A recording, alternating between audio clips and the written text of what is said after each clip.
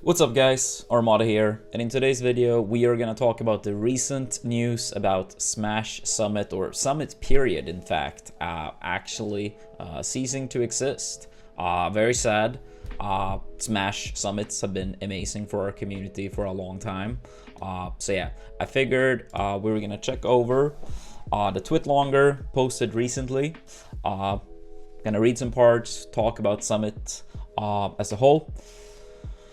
So yeah, let's get started. I figured around here is probably more of a reasonable part to start reading. It's pretty long, so we're not going to try to make it super long, but more, get to the overall point of it. From our small corner of the gaming world, BTS has borne witness to the rise and fall of countless esport giants.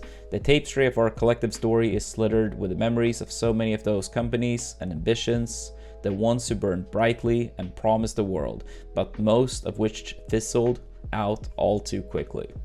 Yeah, I mean, it's crazy to think about it, like, at least from a Smash point of view, the very first Summit was late 2015, so it's been, a bit over 7 years, but it feels so quick sometimes. But it's actually been pretty long at this point. BTS never took the VC approach. We had plenty of offers over the years, but as an organization born from the community, we valued remaining grassroots and independent. There was never an opportunity that made sense for us, our people, and our community. I think a lot of people can agree with that too. At least from my point of view, going to a lot of summits, I always felt Summit felt like a more professional Smash Fest, pretty much. I don't know if everyone agree with that necessarily, but it was a bunch of people, a bunch of friends just getting together, play some games, having a good time, right? So that gave me some of these like old school vibes in a sense. I always loved Summit, such a fun event. Bootstrapping can make for a bumpy ride. In our first 6 years, I personally loaned the company money and deferred my own wages just to make payroll more than a few times. As founders, we didn't even start drawing a living wage until a few years into the company's existence. When COVID hit, we had days where we were convinced that our time was up and that we'd soon have to shut our doors. Yeah, no, that this actually, this shows dedication for sure, personally loaning money to the company. But I think it also shows there is running these type of events, it comes with so many costs that people don't expect. I remember in the early Summit days, at least, I'm not sure if this is still the case, but I know in the early Summit days it was actually quite a lot of people were like, oh, Summit, they're making so much bank, they're making bank from the Smash community.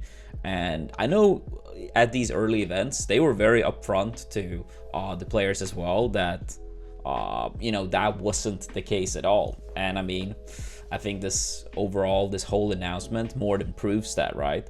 But there actually was a crowd at the very least. How large it is, I can't say I remember exactly, but there was clearly a crowd that thought Summit was making bank, almost like taking advantage of the community, which was very sad to see at the time. And now with all of this, it's nail in the coffin that it never was the case, right? Somehow we always managed to find a path forward. Every setback was met with a solution. Our scrappy band of misfits always found a way.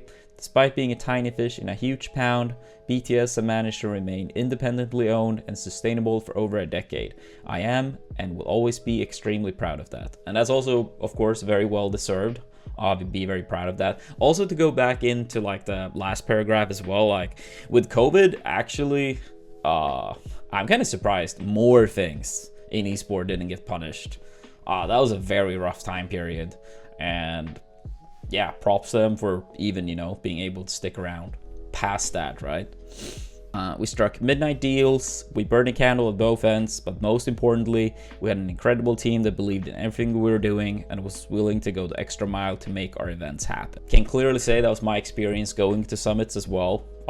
A bunch of people very willing to go the extra mile, making sure that everything was running well, all the people feeling treated well, and I can't even imagine all the work behind the scenes leading up to it all, right? We knew 2023 might be hard, but we've been through tough times before, so we had high hopes that we could withstand this recession. Over the last year, as economic conditions have worsened across the industry, we've been working hard to build a pipeline of business to weather the storm.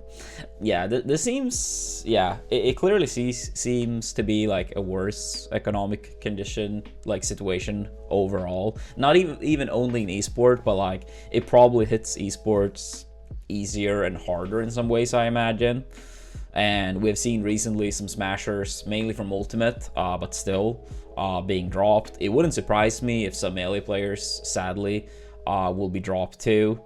I've heard quite a few big sponsors from various teams start to, like, you know, drift back a little bit. So uncertain times, absolutely.